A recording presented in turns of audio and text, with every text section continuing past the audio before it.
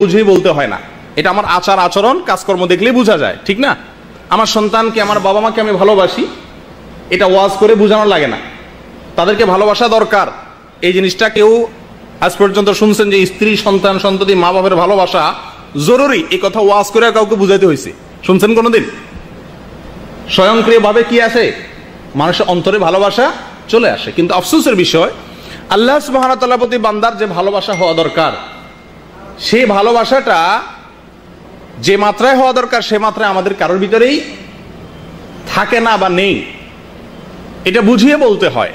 তার কারণ হলো, দুনিয়াতে স্ত্রী, সন্তান, মা বাবা, এদের অবদান, এদের আমাদের প্রতি তাদের অনুগ্রহ, এগুলো আমাদের কাছে মোটামুটি স্পষ্ট, যার কারণে খুব একটা বলতে হয় না, বুঝিয়ে বলতে হয় না কেন তাদেরকে ভালোবাসতে হবে।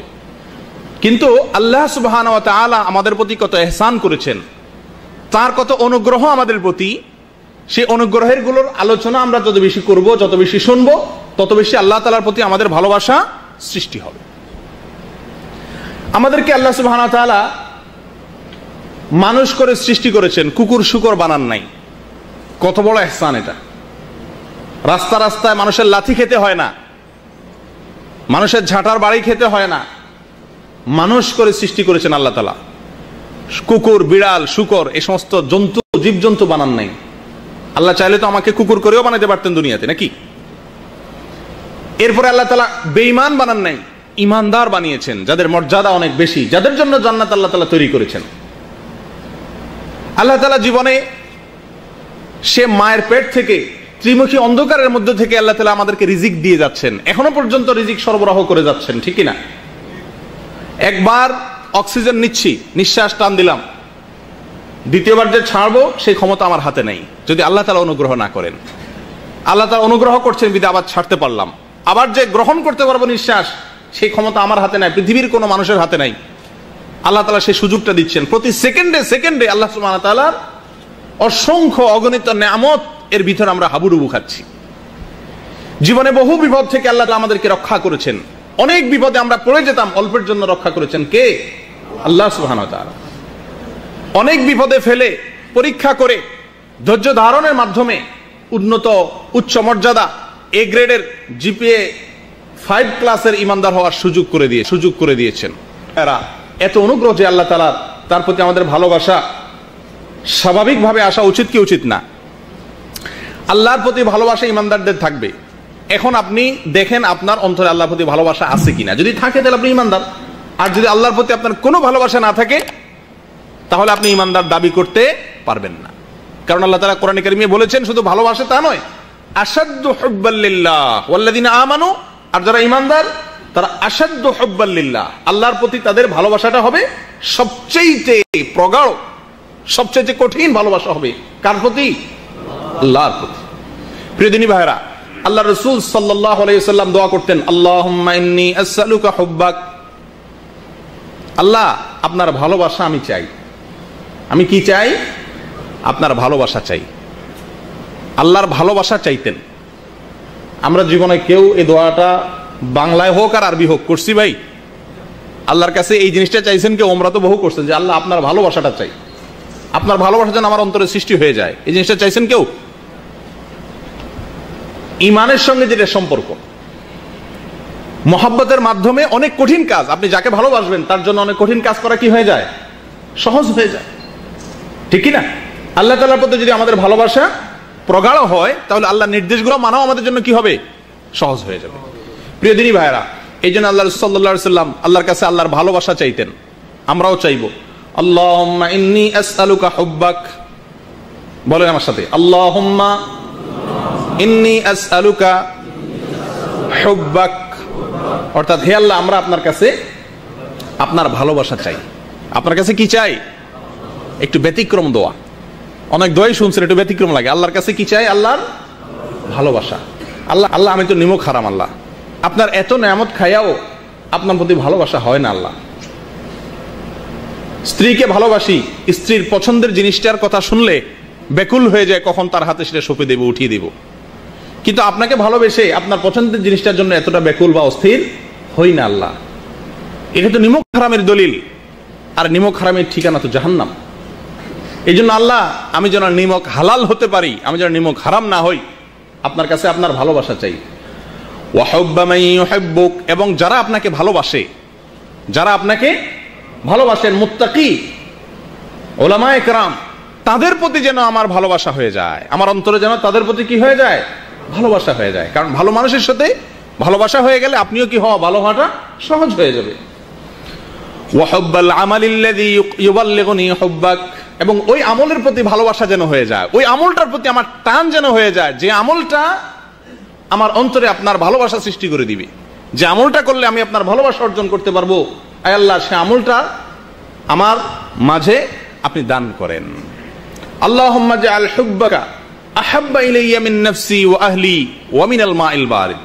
হে আল্লাহ, আপনার ভালোবাসা আমার মাঝে, আমার নিজের জীবন থেকে, আমার নিজের পরিবার থেকে, এবং প্রচন্ড গরমের দিনে তৃষ্ণার্ত পিপাসার্ত একজন মানুষের কাছে ঠান্ডা শীতল পানি যেরকম প্রিয় হয়, তার চাইতে প্রিয় যেন হন আপনি আমার কাছে আল্লাহ। আমার জীবনের চাইতে যেন আপনি প্রিয় হন হে আল্লাহ, আমার পরিবারের চাইতে আপনি যেন আমার কাছে প্রিয় হন হে আল্লাহ, এবং প্রচন্ড গরমের দিনে শীতল ঠান্ডা পানির চাইতেও যেন আপনি আমার কাছে প্রিয় হন, সেই কামনা করি আল্লাহ। প্রিয় দিনী ভাইরা, এই দোয়াটা কে করতেন?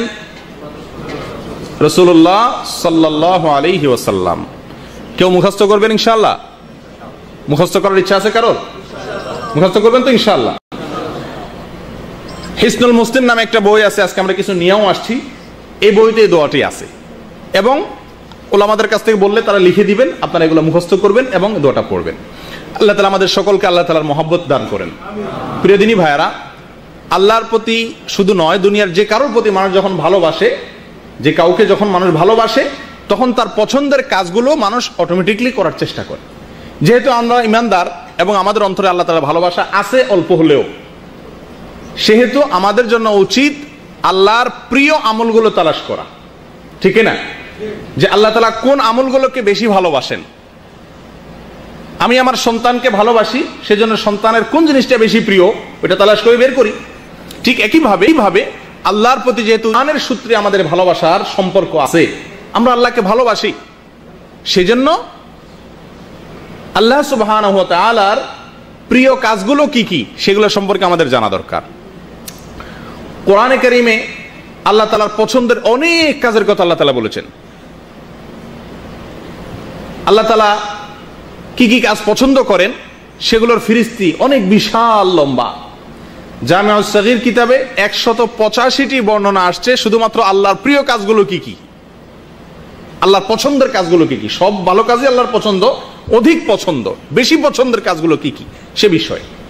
তো আজকে আমরা ওখান থেকে বেছে সহিহ সূত্রে বর্ণিত সামান্য কয়েকটি আল্লাহ তাআলার অতি প্রিয় কাজের কথা বলবো ইনশাআল্লাহ। কিন্তু তার আগে আপনাদেরকে ওয়াদা করতে হবে যে আপনারা এই আল্লাহ তাআলার প্রিয় কাজগুলোর কথা যে শুনছেন, এটা আমলের নিয়তে শুনছেন কিনা। কি বলেন? আল্লাহ তাআলার প্রিয় কাজ কি সেটা জানার পরে আমল করবেন তো ইনশাআল্লাহ। আল্লাহ তাআলা আমাদের সকলকে আমলের তৌফিক দান করেন। প্রিয় দিনী ভাইরা,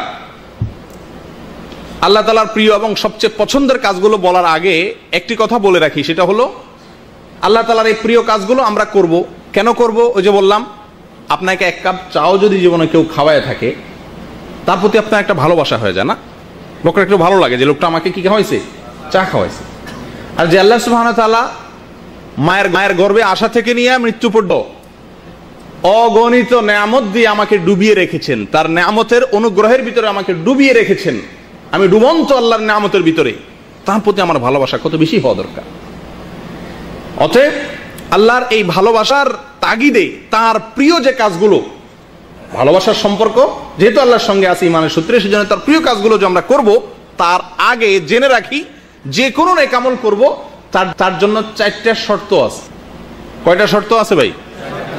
4টা শর্ত আছে। অর্থাৎ নেক আমলের আগে এই 4টা জিনিসকে লক্ষ্য করব, তাহলে ইনশাআল্লাহ আমার ওই নেক আমলটা আমার উপকারে আসবে। আর না হলে আমি আমল করব কিন্তু কোনো কাজে আসবে না। 1 নম্বর ইখলাস। 1 নম্বর কি থাকতে হবে ভাই? ইখলাস বলতে ওই কাজটি শুধুমাত্র কার উদ্দেশ্যে করব? আল্লাহ সুবহানাহু ওয়া তাআলার উদ্দেশ্যে করব। দ্বিতীয়ত হলো নিয়ত। কি থাকতে হবে ভাই? ইখলাস এক জিনিস, নিয়ত কিন্তু আরেক জিনিস। ইখলাস এক জিনিস আর নিয়ত আরেক জিনিস। ইখলাস হলো শুধুমাত্র আল্লাহর সন্তুষ্টির উদ্দেশ্যে করা, আর নিয়তের কতগুলো স্তর আছে। নিয়তের প্রাথমিকভাবে দুটি স্তর আছে। একটা হলো যে কোনো ভালো কাজ আপনি করবেন, এটাকে তাময়িজুল ইবাদাতি আনিল আদা, সাধারণ অভ্যাসগত কাজ নয়, এটা আল্লাহকে খুশি করার জন্য ইবাদত হিসেবে করছি, ইবাদতের উদ্দেশ্য অন্তরে থাকা, এটা হলো নিয়তের একটা পার্ট। নিয়তের দ্বিতীয় পার্ট হলো তাময়িজুল ইবাদাতি আনিল ইবাদাত, ইবাদতকে অন্য ইবাদত, এটা সালাত আদায় করছি, এটা যোহর আসর নয়, এটা আসর মাগরিব নয়, কোন ইবাদত এটা ফিক্স করে অন্তরে নিয়ত আনা, এটা হলো নিয়তের দ্বিতীয় পার্ট। অতএব আমল যেগুলো আল্লাহ তাআলার প্রিয় আমলের কথা আমরা শুনবো, এগুলোর আগে জেনে রাখি যে কোনো আমল করার জন্য এক নম্বর শর্ত হলো ইখলাস থাকতে হবে, দ্বিতীয় শর্ত হলো কি থাকতে হবে? নিয়ত থাকতে হবে। তিন নম্বর শর্ত হলো যে আমলটা করব সেটা রাসূলুল্লাহ সাল্লাল্লাহু আলাইহি সাল্লামের বাতানো এবং সঠিক পদ্ধতি অনুযায়ী হতে হবে। চার নম্বর শর্ত হলো যে আমলটা আমরা করব সে আমলটা যাতে নষ্ট হয়ে না যায়, এমন কোনো কাজ করব না যে কাজের মাধ্যমে আমল কি হয়ে যায়? নষ্ট হয়ে যায়। কিছু মন্দ কাজ আছে যে মন্দ কাজগুলো করলে মানুষের আমল কি হয়ে যায়? নষ্ট হয়ে যায়। সে মন্দ কাজগুলো আমরা কি করব না। আল্লাহ তাআলা আমাদের সকলকে এই চারটি শর্তকে পুরা করে তারপরে নেক আমল করার তৌফিক দান করেন। প্রিয় দিনী ভাইরা, চলে আসি এবার আল্লাহ তাআলার সবচেয়ে প্রিয় আমলগুলো কি কি। তার ভিতরে সর্বপ্রথম মুসনাদে আবু ইয়ালা বর্ণিত একটা হাদিস, যেটাকে আল্লামা আলবানী হাসান বলেছেন। সেই হাদিসটির মাধ্যমে আমরা তিনটি আল্লাহ তাআলার প্রিয় কাজের সন্ধান পাই, খবর পাই। রাসূলুল্লাহ সাল্লাল্লাহু আলাইহি ওয়াসাল্লাম ইরশাদ করেছেন, আহাব্বুল আমালি ইলাল্লাহ ঈমানুম বিল্লাহ সুম্মা সিলাতুর রাহম সুম্মা আল আমরু বিল মা'রুফি ওয়ান নাহয়ু আনিল মুনকার। অর্থাৎ আল্লাহ তাআলার কাছে সবচেয়ে প্রিয় আমল হলো তাওহীদ, আল্লাহর প্রতি ঈমান আনা। সবচেয়ে প্রিয় আমল কি ভাই? আল্লাহর প্রতি ঈমান আনা। দ্বিতীয় প্রিয় আমল হলো সিলাতুর রাহম, আত্মীয়তার সম্পর্ক, আত্মীয়তার যে বন্ধনগুলো আছে এগুলাকে সবসময় জুড়িয়ে রাখা, যুক্ত করে রাখা, এই বন্ধনগুলো ছিন্ন না করা। তিন নম্বর আমল হলো আল আমরু বিল মা'রুফ ওয়ান নাহয়ু আনিল মুনকার, ভালো কাজের নির্দেশ করা আর মন্দ কাজ থেকে বেঁচে থাকা। এই হাদিস থেকে আমরা তিনটি আল্লাহ তাআলার প্রিয় কাজ পেলাম। ঈমান আল্লাহ তাআলার সবচেয়ে প্রিয় কাজ, ঈমানের চাইতে প্রিয় কোনো কাজ আল্লাহর কাছে নাই। অতএব আমাদের সবাইকে লক্ষ্য করতে হবে আমার ঈমানের ভিতরে কোনো ধরনের ঘাপলা আছে কিনা, আমার ঈমানের সঙ্গে শিরক আছে কিনা, কোনো কারণে আমার ঈমান নষ্ট হয়ে যাচ্ছে কিনা, ধ্বংস হয়ে যাচ্ছে কিনা, এই জিনিসগুলো আমাদেরকে খেয়াল রাখতে হবে। এবং এর জন্য নওয়াকিজুল ঈমান, ঈমান ভঙ্গকারী বিষয়গুলো কি কি, ঈমানকে ধ্বংস করে দেয় কোন কোন কাজগুলো, কোন কোন বিশ্বাসগুলো, সেগুলো সম্পর্কে স্বতন্ত্র ইলম হাসিল করতে হবে। কারণ আল্লাহর কাছে সবচেয়ে প্রিয় হলো কি? আল্লাহর প্রতি ঈমান আনা। সবচেয়ে প্রিয় আমল হলো আল্লাহর প্রতি ঈমান আনা। দ্বিতীয়ত হলো আত্মীয়তার সম্পর্ককে, বন্ধনকে যুক্ত করা, সংযুক্ত করা, আত্মীয়তার সম্পর্ককে ছিন্ন না করা। প্রিয় দিনী ভাইরা, আত্মীয়তা কাকে বলে? আত্মীয়তা বলতে কি বোঝানো হয়েছে? কে বলতে পারেন? তার সাথে যার সম্পর্ক। তো এই হিসাবে তো আমরা সবাই আত্মীয়, এই হিসাবে তো আমরা সবাই আত্মীয়। ঠিক আছে, আল্লামা কুরতুবী রাহিমাহুল্লাহ আত্মীয়তার দুটো স্তর বলেছেন। একটা আত্মীয়তা হলো সারা দুনিয়ার মানুষের সঙ্গে, ইমানদারদের সঙ্গে আপনার আত্মার সম্পর্ক আছে। সারা দুনিয়ার ইমানদারদের সঙ্গে আপনার আত্মার সম্পর্ক আছে না? আপনি ভালোবাসেন না? বেঈমানদের সাথে তো আর কোনো মুসলমান কি থাকতে পারে না? আত্মার সম্পর্ক থাকতে পারে না। এই জন্য সমস্ত ইমানদার আত্মীয়। এটা হলো এক কিসিমের আত্মীয়। আর দ্বিতীয় কিসিমের আত্মীয় হলো যে সমস্ত আত্মীয়ের সঙ্গে আমার রক্তের সম্পর্ক আছে। কিসের সম্পর্ক আছে ভাই? রক্তের সম্পর্কিত আত্মীয় কারা? রক্ত সম্পর্কীয় আত্মীয় হলো বাবা এবং মা। বাবার সম্বন্ধীয় যারা এবং মায়ের সম্বন্ধীয় যারা, তারা হলেন রক্ত সম্পর্কীয় আত্মীয়। বাবার সম্বন্ধীয় আত্মীয়ের মধ্যে বাবার রক্ত যাদের শরীরে আছে, যেমন চাচা, ফুফু, চাচাতো ভাই, ফুফাতো ভাই না, কারণ ফুফাতো ভাই কি? ফুফার আরেক পুরুষের, দাদা, দাদি ইত্যাদি। অনুরূপ ভাবে মায়ের দিক থেকে গেলে মা, খালা, মামা, নানা, নানি, এরা। আচ্ছা, আমাদের কাছে, আমাদের বাংলাদেশী সমাজের কথা বলছি আমি, আত্মীয় বলতে এ ক্লাসের আত্মীয় মনে করা হয় কাদেরকে? এ ক্লাসের একেবারে সবচেয়ে গুরুত্বপূর্ণ মেহমান কে ভাই? শ্বশুর বাড়ির লোকজন। কথা ঠিক কিনা? শ্বশুর বাড়ির লোকজন সবচেয়ে গুরুত্বপূর্ণ আত্মীয় না? শ্বশুর বাড়ির লোকজন সবচেয়ে গুরুত্বপূর্ণ আত্মীয় হয়ে গেছে আমাদের কাছে।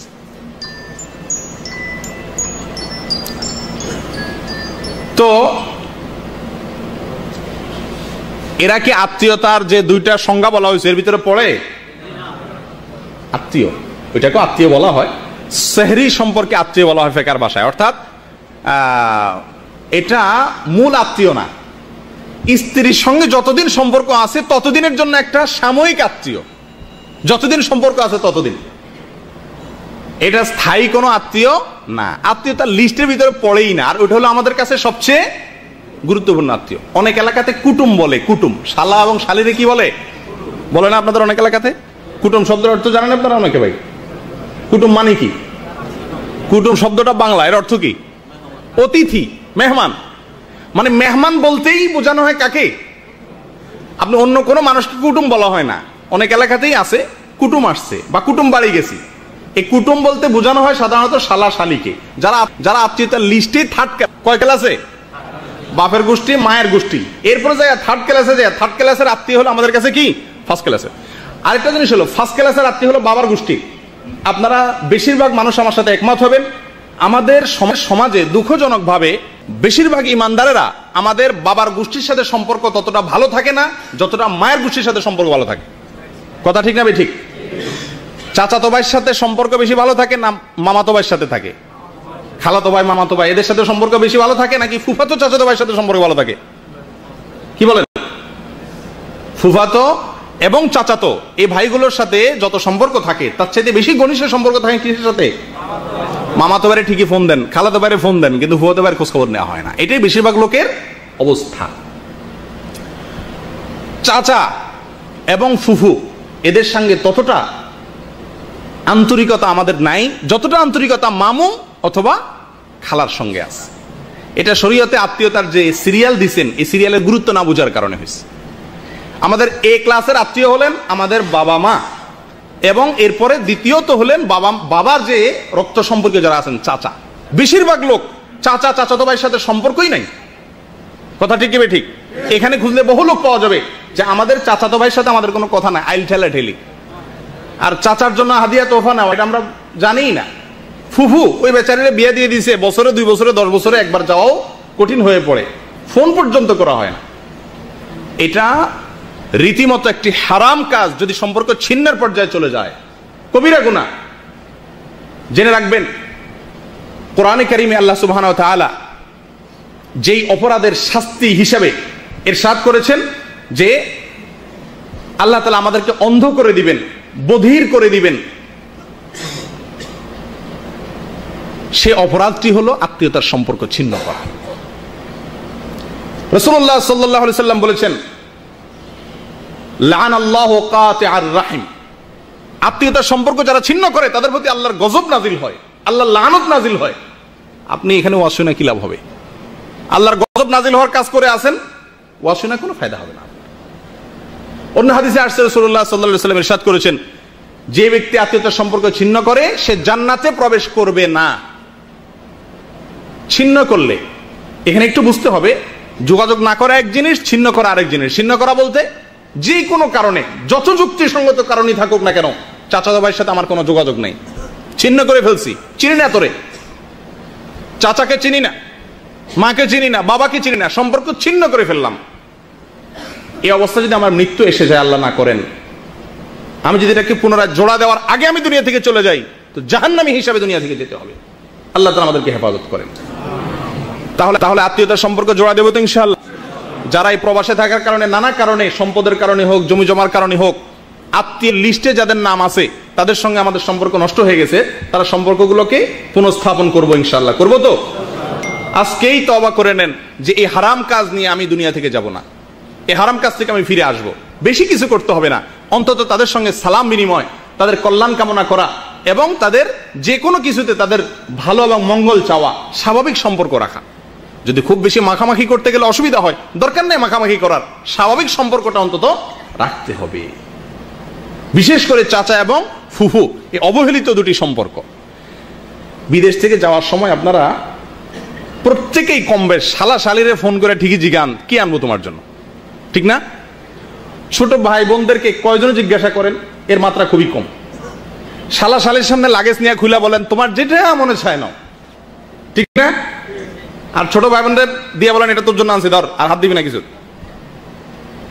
শ্বশুর বাড়ি গেলে আরে আমার মতো মিষ্টি, মানে কথা দিয়া মুখ দিয়ে মনে হয় যে চিনির বস্তা বাইরে শ্বশুর বাড়িতে, ঠিক না?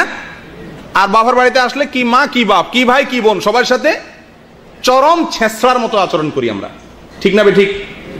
এগুলো সবগুলো আত্মীয়তার সম্পর্ক পুনঃস্থাপন করা, মজবুত করা, সুদৃঢ় করার আসমানি যে নির্দেশ, আল্লাহর প্রিয়তম আমলগুলোর মধ্যে থেকে একটি আমলকে আমরা লঙ্ঘন করে চলি। তওবা করবো তো ইনশাআল্লাহ। আল্লাহ তাআলা আমাদের সকলকে আত্মীয়তার সম্পর্ককে স্থাপন করার তৌফিক দান করেন। আল্লাহ তাআলা যে সিরিয়ালে যাকে যতটা গুরুত্ব দিয়েছেন সেই সিরিয়ালে ততটা গুরুত্ব দেওয়ার তৌফিক দান করেন। মামুর গোষ্ঠীর চাইতে বাপের গোষ্ঠীর আত্মীয়তা বেশি মজবুত, এক নম্বরের, ওইটাকে গুরুত্ব বেশি দেওয়ার তৌফিক দান করেন। আর শ্বশুরবাড়ির গোষ্ঠীর আত্মীয় থার্ড ক্লাসের, এটা ম্যাডামকে বলার দরকার নাই, আপনি নিজের ভিতরে রাখেন যে এটা কোন ক্লাসের? থার্ড ক্লাসের। থার্ড ক্লাসের আত্মীয়কে আমি ফার্স্ট ক্লাসের মর্যাদা দিলে এটা জুলুম হবে। এটা কি হবে? জুলুম হবে। প্রিয় দিনী ভাইরা, আল্লাহ তাআলার প্রিয় আমলগুলোর মধ্যে থেকে হাদিসে যেটা আসছে আরেকটা হলো আমরে বিল মারুফ নাহি আনিল মুনকার, ভালো কাজের আদেশ আর অসৎ কাজের বাধা প্রদান। আমার আগে আমাদের শেখ এজাজুল হক সাহেব, আমাদের শেখ আব্দুল্লাহ আল হাদি বলছিলেন এই বিষয়ে মোটামুটি কিছু কথা এসে গেছে। আমরা অনেকেই ভালো কাজ নিজে করি কিন্তু অন্যকে বলি না। আমরা আসার সময় দেখেছি আমাদের বহু স্বদেশী ভাইয়েরা আড্ডা মারছেন, বসে আছেন, দাঁড়িয়ে আছেন। আপনি আসার সময় কয়জন মানুষকে ধরে বলেছেন ভাই চলো আল্লাহর কিছু কথা শুনি, নিজের জীবনকে গঠন করি, জান্নাতের যাওয়ার কিছু উপায় নিজের জন্য অবলম্বন করি, আবিষ্কার করি, চলো দ্বীনের মজলিসে যাই, ইসলাম শিখি? কয়জনকে আমরা আহ্বান করছি? আমার সামনে অন্যায় কাজ হয়, আমরা কয়জনে বাধা দেই? বিশেষ করে আজকের এই যুগটা চলছে চরম স্বার্থপরতার যুগ, মানুষ সময় আত্মকেন্দ্রিক। আমরা সবাই কি হয়ে গেছি? আত্মকেন্দ্রিক হয়ে গেছি। একজন কোনো অন্যায় কাজ করলে আমরা বলি যে আমার দরকার কি? এটা কি স্মার্টনেস বলা হয়? আত্মকেন্দ্রিক হয়ে গেলাম, কাউকে নিয়ে ভাবলাম না। ইসলাম এই নির্দেশ দেয় না। আল্লাহ তাআলার প্রিয় কাজগুলোর ভিতরে একটা হলো সৎ কাজের আদেশ দেওয়া, আর অন্যায় কাজ থেকে কি দেওয়া? বাধা দেওয়া। অন্যায় কাজ থেকে বাধা দেওয়ার মতো যদি শারীরিক শক্তি আপনার না থাকে, হাত দিয়ে যদি বন্ধ করার শক্তি না থাকে, তাহলে মুখ দিয়ে বলবেন। মুখ দিয়েও যদি বলার শক্তি না থাকে, অন্তত অন্তর থেকে ওইটাকে পরিবর্তনের পরিকল্পনা করবেন, ঘৃণা করবেন। এটা ঈমানের সর্বনিম্ন স্তর। অতএব আল্লাহ তাআলার প্রিয় কাজের ভিতরে এটা একটা মনে রাখবেন, সৎ কাজের আদেশ দেওয়া। আপনি একা সালাত আদায় করেন, জি না, আপনার রুমের ভাইদেরকে ডেকে সালাতে আনতে হবে। আপনি একা দিনী প্রোগ্রামে আসছেন, না, এটা ঠিক নয়। আপনার আশেপাশের যে সমস্ত ভাইরা আছেন তাদেরকেও আপনি ডেকে আল্লাহর পথে আনতে হবে। আপনি একা ভালোভাবে চলেন, আপনার পরিবারকে বলেন না, জি না, তা হবে না। তাহলে সৎ কাজের আদেশ আমাদের জীবনের প্রত্যেকটা স্তরে ফিট করতে হবে। এখানে যদি কেউ আপনাকে বলে, কেউ যদি আপনাকে ভালো কাজের কথা বলতে গেলে, আমাদের কিছু অ্যালার্জি আছে আমাদের দেশি ভাইদের, আপনি যদি একটা মানুষকে বলেন ভাই এই গুনার কাজটা করিও না, তো সঙ্গে সঙ্গে আপনার প্রতি একটা আক্রমণ ছুড়ে দিবে। কি বলবে? যে আরে কবে ফেরেশতা হয়ে গেছো মিয়া, নিজের চরকা তেল দাও, এই কথাগুলো বলবে না? তখন আপনি কি বলবেন? আপনার কি জবাব হবে তখন? কি করতে হবে তখন? এরকম খারাপ কোনো কথা বললে তখন কি করতে হবে? ধৈর্য ধারণ করতে হবে। কি করতে হবে ভাই? এই জন্য উলামায়ে কেরাম লিখেছেন এই আয়াতের ব্যাখ্যায়, তিনটা কাজ করা দরকার। সৎ কাজের আদেশ আর অসৎ কাজের বাধা প্রদানের জন্য কয়টা কাজ করা দরকার? তিনটা। মনে রাখবেন তো। নাম্বার 1, ইলম হাসিল করা। কি করতে হবে? সৎ কাজের আদেশ অসৎ কাজের বাধা প্রদানের আগে এই কাজটা করতে হবে। আপনি যেই কাজের নির্দেশ করবেন ওই কাজটা সম্পর্কে আপনার নিজের আগে কি থাকতে হবে? ধারণা থাকতে হবে। আপনি জানেন না, আন্দাদুন্দা ভাবে মানুষকে বলা শুরু করছেন ইসলামের কথা, অনেকেই করে, কিন্তু যেটা বলছেন যেটুকু জানেন ওইটুকু বলবেন, যেটা জানবেন না ওইটা বলতে যাবেন না, ধারণা করে কোনো কিছু বলতে যাবেন না। কথা বুঝে আসছে? 1 নম্বর, আমর বিল মারুফ নাহি আনিল মুনকারের আগে যে কাজটা করতে হবে সেটা হলো ইলম হাসিল করতে হবে। কি করতে হবে? আর ইলম হাসিল হওয়ার জন্য এই মজলিস, এলম হাসিল হওয়ার জন্যই এই মসজিদে সাপ্তাহিক দর্স হয়, মাসিক প্রোগ্রাম হয়, ইসলামিক সেন্টারগুলো বই পুস্তক বিতরণ করে, জুমার সময় খুতবা হয়, এই সবগুলো আমাদেরকে কি করানোর জন্য? ইলম হাসিল করানোর জন্য। ইলম হাসিল করতে হবে আগে। আর যখন আমর বিল মারুফ নাহি আনিল মুনকার করবেন, ঠিক ওই মুহূর্তে একটা জিনিস লাগবে, সেটা হলো কি? নম্রতা। আপনি কাউকে যখন ভালো কাজের নির্দেশ করবেন, দাওয়াত দিবেন, তখন আপনার ভিতরে কি থাকতে হবে? আমরা অনেকেই কিন্তু ভালো কাজের কথা বলি, কিন্তু বলার ভাষাটা এমন সিরিয়াস হয় যে আল্লাহর বান্দারে বলবো, সে কিসের কবুল টবুল করবে, উল্টা আরো বিগড়ে যায়। ঠিক না? এই বেটা নামাজ পড়স না, ইমান নাই, বেঈমান,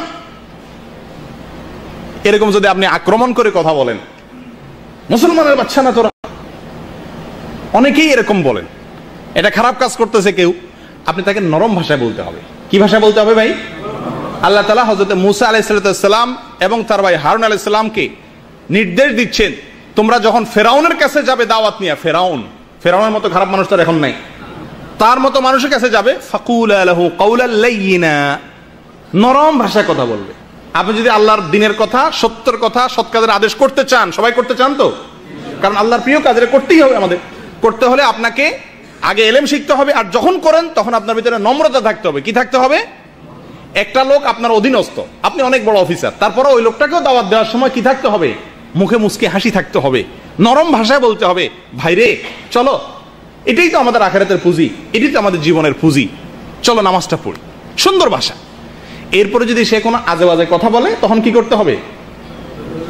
ঘাড় ফিরাইয়া তার দিকে ঘাড় মোটা করে না তাকাইয়া সবর করতে হবে। কি করতে হবে? তাইলে সৎ কাজের আদেশ, অসৎ কাজের বাধা প্রদান করতে হবে, কারণ আল্লাহর প্রিয় আমল করবেন তো ইনশাআল্লাহ। এখন থেকে রুমে কোনো অন্যায় কাজ দেখেন বলবেন, কোনো কাজ জায়গায় কোনো অন্যায় কাজ দেখেন বলবেন, স্বার্থপর হবেন না, আত্মকেন্দ্রিক হবেন না। বলার একটা ফায়দা আছে ভাই, বলার ফায়দাটা বলবো।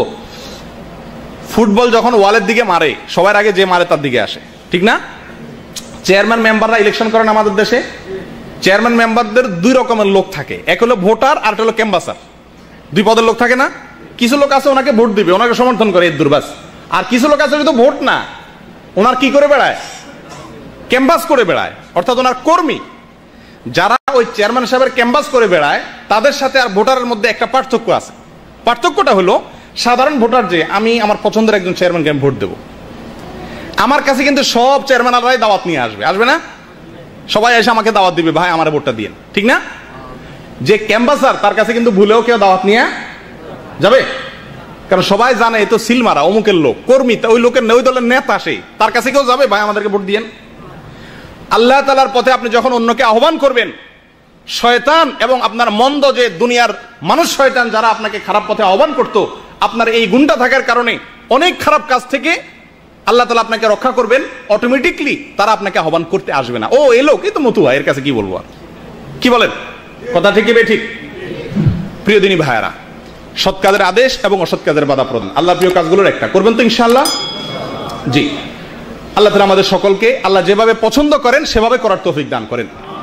দ্বিতীয় যে হাদিসটি আমরা বলবো আল্লাহ তাআলার প্রিয় আমলের মধ্য থেকে, সেটা হলো সহিহ বুখারী এবং মুসলিমে আসছে, রাসূলুল্লাহ সাল্লাল্লাহু আলাইহি ওয়াসাল্লাম ইরশাদ করেছেন, আহাব্বুল আমালি ইলাল্লাহি আস-সালাতু লিওয়াক্তিহা সুম্মা বিররুল ওয়ালিদাইন সুম্মাল জিহাদু ফি সাবিলিল্লাহ। এই হাদিসে তিনটা আমল আসছে। এক নম্বর আমল হলো সময় মতো সালাত আদায় করা, সময় মতো সালাত আদায় করা, পাঁচ ওয়াক্ত সালাতকে সময় মতো আদায় করা। অন্য রাওয়ায়াতে আসছে লি আউয়ালি ওয়াক্তিহা, ওয়াক্তের ভিতরে মনে করেন যোহরের ওয়াক্ত 2 ঘন্টা টাইম থাকে, এর ভিতরে প্রথম ওয়াক্তে একেবারে ওয়াক্ত হওয়ার সঙ্গে সঙ্গে প্রাথমিক ওয়াক্তে নামাজ আদায় করা, এটা আল্লাহ তাআলার কাছে প্রিয়। এটা আল্লাহ তাআলার কাছে কি? আমরা অনেকে হয়তো সালাত আদায় করি, কিন্তু প্রথম ওয়াক্তে আদায়টা হয় না। আর বিশেষ করে একটা কথা আমি বলতে বাধ্য, সেটা হলো আমাদের মা বোনরা যারা দেশে আছেন, আমার যতটুকু জানা, ভুল হইতে পারে, আমি যতটুকু জানি সেটা হলো আমাদের দেশে মা বোনরা প্রায় সকলে ইল্লা মাশাআল্লাহ, হাজার ভিতরে 2-1 বেঁচে আছেন কিনা জানি না, দিনদার যারা 5 ওয়াক্ত নামাজ আদায় করেন, ওনারাও আউয়াল ওয়াক্তে নামাজটা পড়েন না। এটা মা বোনদের ভিতরে রোগটা বেশি। ওই মনে করেন বাসা বাড়ির কাজ, রান্না বাড়ার কাজ, বাচ্চা কাচ্চা আছে, এগুলো সব সাইরা জামা কাপড় ধুইয়া, গা গোসল ধুইয়া তারপরে কি করবে? জোহর পড়বে। জোহর পড়তে দেখা যায় আসর আজানের কাছাকাছি হয়ে যায়। এই অবস্থা আপনাদের বাসা বাড়িতে হয় কিনা জানি না, আমার বাসা বাড়িতে হয়। বহু বলতে হয়েছে আমার আত্মীয় স্বজনদেরকে, মা বোনদেরকে, আপনাদের বাসা এরকম হয় না? বিশেষ করে মহিলাদের মধ্যে এই রোগটা আমাদের দেশে অনেক বেশি, যে আউয়াল ওয়াক্তে নামাজ পড়া মহিলা খুঁজে পাওয়া খুব দুষ্কর হয়ে যায়। তাদেরকে শিখাবেন, আপনার কাজের মাঝখানে যদি আজান হয়ে যায়, সব কাজ রেখে চুলা কমিয়ে দিয়ে ওযু করে আগে নামাজটা পড়ে নেন। তাদের ভিতরে একটা ওয়াসওয়াসার ব্যারাম, সেটা হলো যে না, গোসল না করে নামাজ পড়বো না। তো গোসল কাজ আগে শেষ করতে হয়, কাজ শেষ করে গোসল করতে করতে দেখা যায় 3টা বেজে যায়, জোহরের নামাজ আদায় করা হয়ে ওঠে না। বিশেষ করে জোহর এবং আসরের মধ্যে এই গাফলতিটা প্রচন্ড পরিমাণে হয়। ঠিক না? এটা আমাদের সকলের দায়িত্ব তাদেরকে সচেতন করা, সাবধান করা, যে বলবেন আল্লাহর প্রিয় আমলের মধ্যে একটা হলো আউয়াল ওয়াক্তে নামাজ আদায় করা। আর প্রবাসেও আমাদের বহু ভাইরা আছেন যারা যে কোনো কারণেই হোক নামাজকে পিছিয়ে দেন, একটু দেরিতে পড়েন। আপনাদের মধ্যে আছে কি নাই? কোরআন কারীমে আল্লাহ তাআলা বলেন ফাওয়াইলুল লিল মুসাল্লিন আল্লাযীনা হুম আন সালাতিহিম সাহুন। ওই সমস্ত ঈমানদারদের জন্য ওয়াইল, ধ্বংস। ওই সমস্ত নামাজিরা ধ্বংস হবে, নামাজি ধ্বংস হবে। সুবহানাল্লাহ, বেনামাজি না, নামাজি লোক ধ্বংস হবে। কোন নামাজি? আল্লাযীনা হুম আন সালাতিহিম সাহুন, যে নামাজিরা তাদের নামাজের ভিতরে গাফলতি করে। এই আয়াতের ব্যাখ্যায় মুফাসসিরিন ইকরাম লেখেন এই গাফলতির একটা হলো দেরি করে নামাজ পড়া। কি করে এরপর নামাজ পড়া? অনেক লোক আছে দেখবেন জামাতে নামাজের কদর নাই, ওই সূর্য ডুবে ডুবে তখন আসরের নামাজ পড়ে, আসরের আজান হয় তখন জোহরের নামাজ পড়ে। এরকম কিছু লোক আছে। আল্লাহ তাআলা আমাদেরকে যেন এটা থেকে হেফাজত করেন। দ্বিতীয়ত এই হাদিসের ভিতরে যে আমলটির কথা বলা হয়েছে, প্রিয় আমল আল্লাহ তাআলা, সেটা হলো বিররুল ওয়ালিদাইন। ভেরি ইম্পর্টেন্ট পয়েন্ট, আমাদের জন্য অত্যন্ত গুরুত্বপূর্ণ একটা বিষয়। বিররুল ওয়ালিদাইন, মা বাবার সাথে কি করা? সদাচরণ করা। মা বাবার সাথে কি করা ভাই? সদাচরণ করা। এটা এতটাই গুরুত্বপূর্ণ যে আল্লাহ তাআলা কোরআনে কারীমের ভিতরে তার ইবাদতের পাশাপাশি মা বাবার সাথে সদাচরণের কথা বলেছেন। ওয়া কাদা রাব্বুকা আল্লা তা'বুদু ইল্লা ইয়াহ, আল্লাহ ছাড়া আর কারোর ইবাদত করা যাবে না। তাওহীদের কথা আল্লাহ বলেছেন। সবচেয়ে প্রিয়, সবচেয়ে গুরুত্বপূর্ণ আল্লাহর কাছে কি? তাওহীদ। সেই তাওহীদের কথা বলার পরে আল্লাহ তাআলা বলেন, দ্বিতীয় পয়েন্ট আল্লাহ তাআলা বলেন কি? ওয়া বিল ওয়ালিদাইনি ইহসানা, মা বাবার সাথে সুন্দর ব্যবহার করবে। আল্লাহর ইবাদতের পাশাপাশি কি করতে হবে? মা বাবার সাথে সদ্ব্যবহার করতে হবে। প্রিয় দিনী ভাইরা, সহিহ মুসলিমের এক হাদিসে আসছে রাসূলুল্লাহ সাল্লাল্লাহু আলাইহি ওয়াসাল্লাম বলেন রাগিমা আনফু, রাগিমা আনফু, সুম্মা রাগিমা আনফু, সুম্মা রাগিমা আনফু। ওই লোকটা কপাল পোড়া, ওই লোকটা কপাল পোড়া, দুর্ভাগা। 3 বার বললেন। সাহাবায়ে জিজ্ঞাসা করলেন, ইয়া রাসূলুল্লাহ, কে? তিনি জবাবে বললেন, যে লোক তার মা বাবা দুজনকে অথবা দুজনের কোনো একজনকে কি পাইছে? জীবিত পাইছে, অথচ তাদেরকে সন্তুষ্ট করতে পারে নাই, তাদের ইবাদত, তাদের খেদমত করে জান্নাত লাভ করতে পারে নাই। এই কপাল পোড়া ধ্বংস হোক। প্রিয় দিনী ভাইরা, বিশেষ করে আমরা যারা প্রবাসে আছি, আমাদের জন্য এই পয়েন্টটা একটু বেশি গুরুত্বপূর্ণ এই জন্য যে দূরে থাকার কারণে অনেক ভুল বোঝাবুঝির সৃষ্টি হয়ে যায়। মায়ের সাথে বউয়ের, ঠিকই না, শ্বশুরবাড়ির সাথে বাবার একটা মিসআন্ডারস্ট্যান্ডিং, একটা গ্যাপ সৃষ্টি হয়ে যায়। দোষ জারি থাকুক না কেন, দূরে থাকার কারণে এই গ্যাপটা দিন দিন বাড়ে। দেখা যায় মোবাইলে ঘন্টায় ঘন্টা কাল ঝগড়াই চলে, কিন্তু কোনো সমাধানে আসা যায় না। একটা মৌলিক কথা জেনে রাখেন, আল্লাহ এর সন্তুষ্টির পরে এই জমিনে, আল্লাহর দুনিয়াতে সবচেয়ে গুরুত্বপূর্ণ আমার কাছে কার সন্তুষ্টি? মা এবং বাবা। মনে রাখতে হবে, ওয়ালা তাকুল্লাহুমা উফিন ওয়ালা তানহারহুমা। আল্লাহ বলেছেন মা বাবাকে কি বলা যাবে না? উফ, উফ, এটা কি করা যাবে না? বলা যাবে না। মা বাবাকে সন্তুষ্ট রাখার চেষ্টা করতে হবে যতক্ষণ পর্যন্ত তারা আল্লাহর হুকুমের বাইরে কিছু করতে না বলেন। আল্লাহর হুকুমের বাইরে যতক্ষণ পর্যন্ত কিছু করতে না বলেন, ততক্ষণ পর্যন্ত তাদের কথা মানা কি ফরজ। স্ত্রীর সাথে মায়ের যদি দ্বন্দ্ব হয়, কোনটাকে প্রাধান্য দিবেন? মাকে না স্ত্রীকে? যদি মা জুলুম করে তাহলে কি করবেন? মা এবং বউ সাথে কোনো ঝামেলা হলে 99% ছেলেদের কাছে মনে হয় মা জুলুমটা করতেছে বউয়ের উপর, ঠিক না? এই ক্ষেত্রে আমরা কি করব? মাকে প্রাধান্য দেব। তো মা যদি জুলুম করে, মা যদি বউর উপরে জুলুম করতে বলে, তাহলে কি আমি সেটা করব না? মা যদি বলে বাবা তোরে বউরে ফিডা, তার জন্য আর কিছু দিবি না, তো মার সেই নির্দেশ কি করা যাবে না? মানা যাবে না। কিন্তু মায়ের সাথে ব্যবহার খারাপ করা যাবে না। মা যদি অন্যায় করতে বলে, তাহলে সে অন্যায় কাজটা করবেন না, কিন্তু মায়ের সাথে কথা বলতে হবে কিভাবে? নম্রভাবে, যে মা এটা আমি করতে পারতেছি না। আর যদি কিছু না বলতে পারেন, চুপচাপ থাকেন, ব্যবহার খারাপ করতে যাবেন না। প্রিয় দিনী ভাইরা, রাসূলুল্লাহ সাল্লাল্লাহু আলাইহি ওয়াসাল্লাম বলেছেন রেদার রব ফি রিদাল ওয়ালিদাইন ওয়া সাখাতুর রব ফি সাখাতিল ওয়ালিদাইন। যার মা বাবা সন্তুষ্ট ফরজ আমাল করার পরে গুনাহ থেকে মোটামুটি বাঁচে, মেইন কাজগুলা করে, এই লোকের উপরে যদি তার মা বাবা সন্তুষ্ট থাকে তো আল্লাহও সন্তুষ্ট। আর যদি কারোর প্রতি তার মা বাবা অসন্তুষ্ট তো আমল করুক না কেন আল্লাহ তার উপরে কিনা সন্তুষ্ট না। প্রিয় দিনী ভাইরা, আমাদের যে কোনো কাজের ক্ষেত্রে মা বাবাকে প্রাধান্য দেব ইনশাআল্লাহ, ঠিক আছে তো? মা বাবার হুকুমকে প্রাধান্য দেব, তাদের চাওয়াকে প্রাধান্য দেব। স্ত্রী এবং মা বাবার ভিতরে যদি সংঘর্ষ দেখা দেয়, স্ত্রীকে বুঝাবো, মা বাবাকে নয়। স্ত্রীকে থামানোর চেষ্টা করব, মা বাবাকে নয়। কিন্তু তার মানে এই নয় যে মায়ের নির্দেশে স্ত্রীর উপর জুলুম করব, জুলুমের কথা বললে সেটা করব না, ঠিক আছে তো ভাই?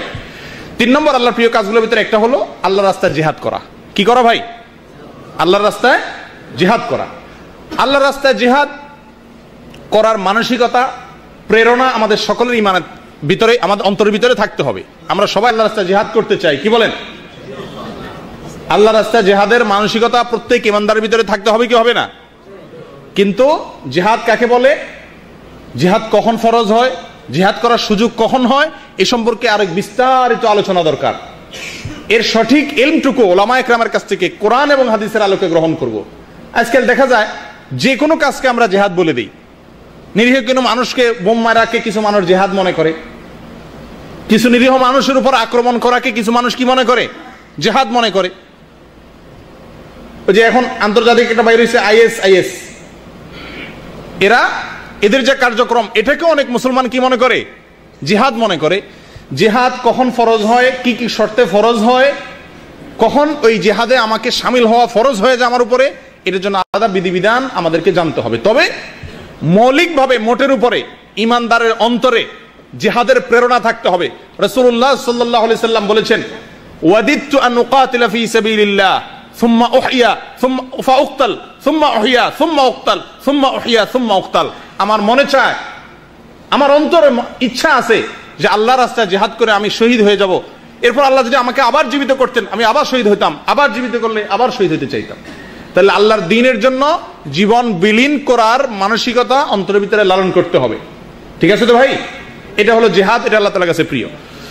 তৃতীয়ত, আল্লাহ তাআলার কাছে প্রিয় আমলের তালিকাতে আরেকটি আমল আছে, সহিহ বুখারী এবং মুসলিমে আসছে। রাসূলুল্লাহ সাল্লাল্লাহু আলাইহি সাল্লাম বলেছেন, আহাব্বুল আমালি ইলাল্লাহি আদওয়ামুহা ওয়া ইন কাল। আল্লাহ তাআলার কাছে সবচেয়ে প্রিয় আমল ওই আমলটি, যে আমলটি বান্দা কন্টিনিউ করে, যে আমলটা বান্দা কি করে, যদিও সেটা কম হয়, সে আমলটা পরিমাণে যদি ছোটও হয় কিন্তু সব সময় করে, এরকম আমল আল্লাহর কাছে কি বেশি প্রিয়। যে কোনো আমলে আল্লাহর কাছে প্রিয়, কিন্তু বেশি প্রিয় কোন আমলটা, যে আমলটা বান্দা নিয়মিত করে। আজকে একদিন মাশাআল্লাহ মসজিদ ভর্তি হয়ে গেছেন, সবাই আসছেন, এটা আল্লাহর কাছে প্রিয়, এটা আল্লাহর কাছে কি, কিন্তু আল্লাহ সবচেয়ে প্রিয়। আপনি যদি আল্লাহকে ভালোবাসেন সবচেয়ে বেশি, ইমানদার, এই জন্য সবচেয়ে বেশি আল্লাহ পছন্দের কি জিনিস সেটা তো জানতে হবে। আল্লাহর কাছে সবচেয়ে প্রিয় হলো এই মজলিসের ভিতরে ওই সমস্ত লোকেরা যারা শুধু আজকের এই মাসিক প্রোগ্রামে না, সাপ্তাহিক দর্শেও আসে, বসে এবং সবসময় বসার চেষ্টা করেন, শুধু মাসে বা সিজনে না। তারা হলেন আল্লাহর কাছে অধিক প্রিয়। মনে থাকবে তো ইনশাআল্লাহ? তাহলে যারা এতদিন নিয়মিত বসেন নাই তাদের কি হবে? তারা আল্লাহর অপ্রিয়, তো তার এক মুসিবত হয়ে গেল। যারা সবসময় সাপ্তাহিক দর্শে বসেন না, তাহলে এই হাদিসের আলোকে তারা নিয়মিত আমল করেন না, এই যে 1 মাস পরে একবার করলেন, তাহলে তাদের কি হবে? কি বলেন, কি করা যায়? এই লোকগুলোর রক্ষা করা যায় কিভাবে? কোন বুদ্ধি আছে? কি আছে? জি মাশাআল্লাহ, এই তো, এটাই তো সমাধান। যে আজকে থেকে নিয়ত করা যে দিনই কাজে অল্প সময় হলো আমি দেব। আমার 1 ঘন্টা বসার সময় হয় না, ঠিক আছে 5 মিনিট বসবো, 10 মিনিট বসবো, একটা কথা শুনবো, হাজিরা দেব, এটুকু করা যায় কি যায় না? আল্লাহর কাছে সবচেয়ে প্রিয় আমল এর মধ্যে থেকে একটা হলো যে আমলটা বান্দা কন্টিনিউ করে। একসাথে 10,000 টাকা দিয়ে দিলেন আল্লাহ রাস্তায়, এটা আল্লাহর কাছে প্রিয়। কিন্তু তার চাইতে প্রিয় হলো সব সময় আপনি কি করেন, অল্প বেশ করে আল্লাহ রাস্তায় দান করেন। কথা বুঝে আসছে ভাই? একজন লোক রমজান আসলে মাশাআল্লাহ, এই সামনে রমজান আসতেছে না, কোরআন খতম করবে।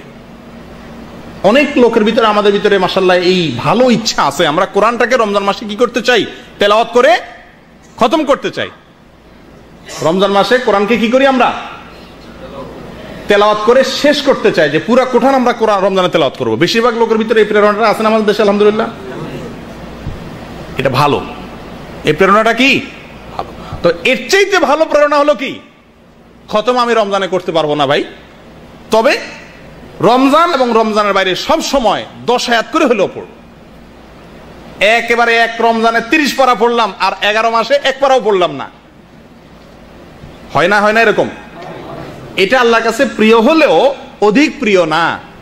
অধিক প্রিয় হলেও আপনি 12 মাস ওটাকে ধরে রাখবেন অল্প অল্প করে হলেও। কথাটা কি বোঝা গেছে ভাই? তাহলে কি নিয়ত করা যায় যে আমরা যে আমলগুলো করি ওইগুলোকে কন্টিনিউ নিয়মিত করার চেষ্টা করবো ইনশাআল্লাহ। এটাও এরাদা করা যায় কি যায় না? এই কথাগুলো কানসুক করার জন্য বলা নয়। প্রিয় দিনী ভাইরা, আমি নিজেকে এবং আমাদের সকলকে আমরা সম্বোধন করে বলছি এই কথাগুলো যাতে আল্লাহর এই প্রিয় আমলগুলো বেছে বেছে আমরা দেশে যাওয়ার আগে যেরকম ছেলের পছন্দের, মেয়ের পছন্দের, বইয়ের পছন্দের, মায়ের পছন্দের জিনিসগুলো কিনি, আল্লাহর পছন্দের জিনিসগুলো আজকে আপনাদের সামনে পেড়ে যাচ্ছি, এটাকে আমলে আনতে হবে।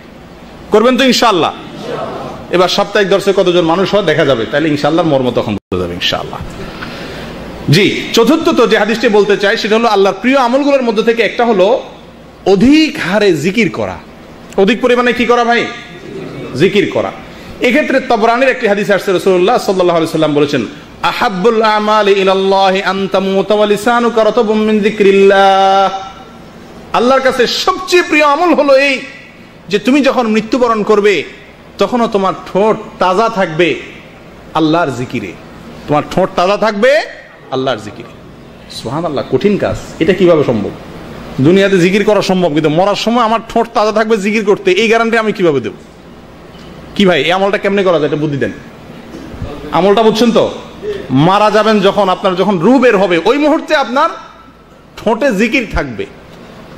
এটি আল্লাহর কাছে সবচেয়ে প্রিয়। যে বান্দা মারা যাবে তখনও আল্লাহ তার ঠোঁটে জিকির থাকবে, আল্লাহর কাছে সবচেয়ে প্রিয়।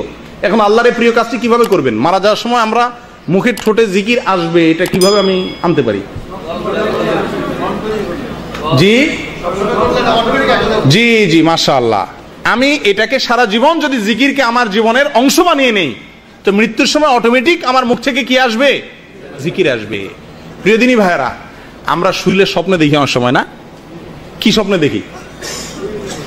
মানুষের স্বপ্নের বেশিরভাগ স্বপ্ন দেখে সেই জিনিসগুলো যেগুলো মানুষ স্বপ্নের বাইরে, ঘুমের বাইরে মানুষ কি করে?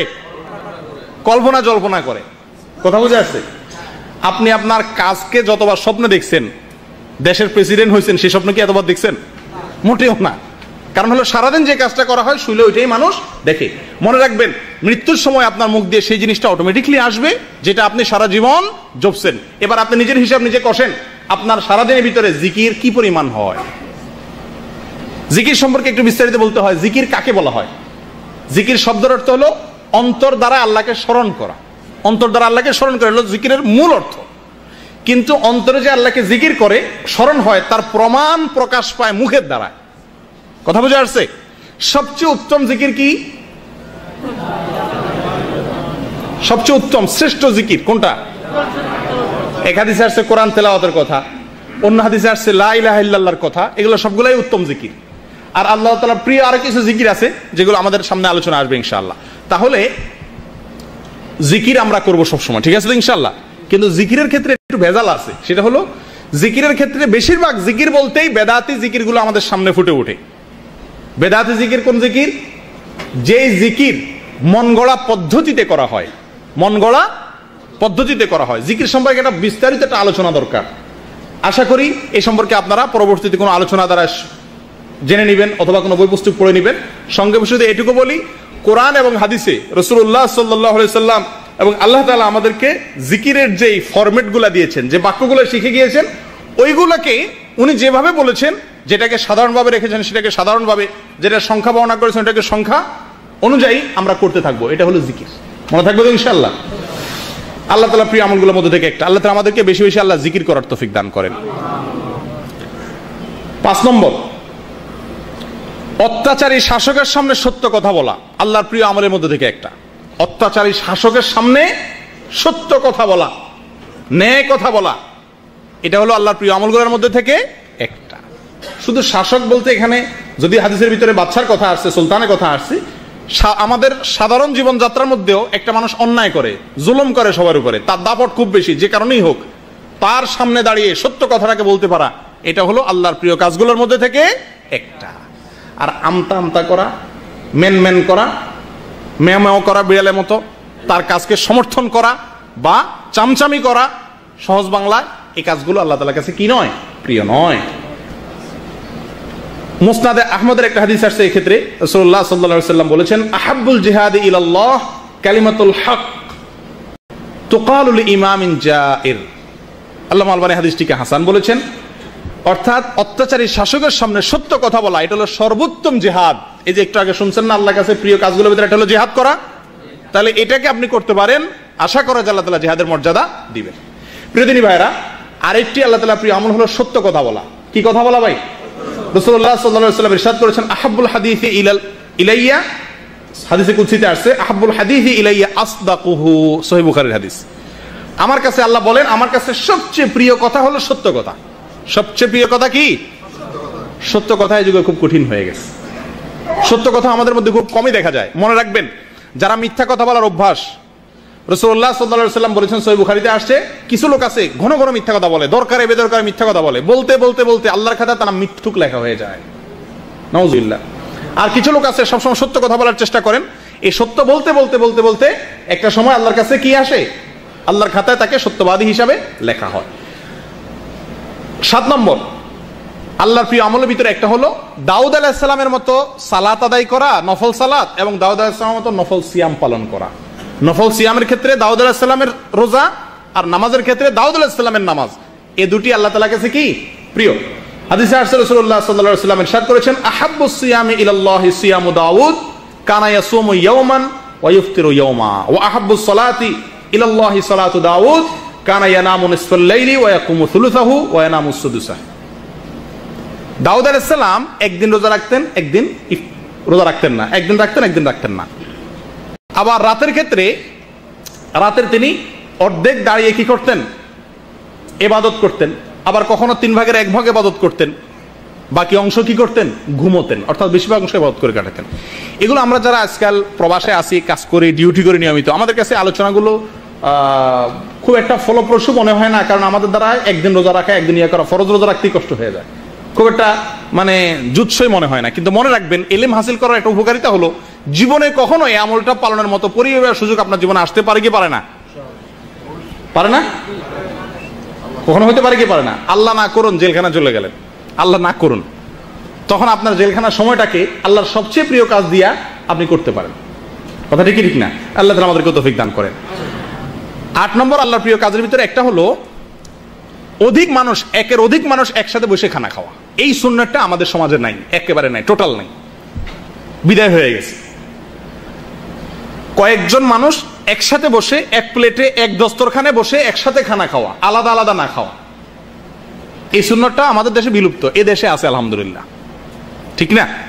রাসূলুল্লাহ সাল্লাল্লাহু আলাইহি সাল্লামের সাহাবীদের কিছু সাহাবী এসে বললেন, ইয়া রাসূলুল্লাহ, আমরা খাবারের বরকত পাই না, খাবারের ভিতরে বরকত পাই না, অনেক খানা লাগে আমাদের। রাসূলুল্লাহ সাল্লাল্লাহু আলাইহি সাল্লাম জিজ্ঞাসা করছেন, তোমরা কিভাবে খানা খাও?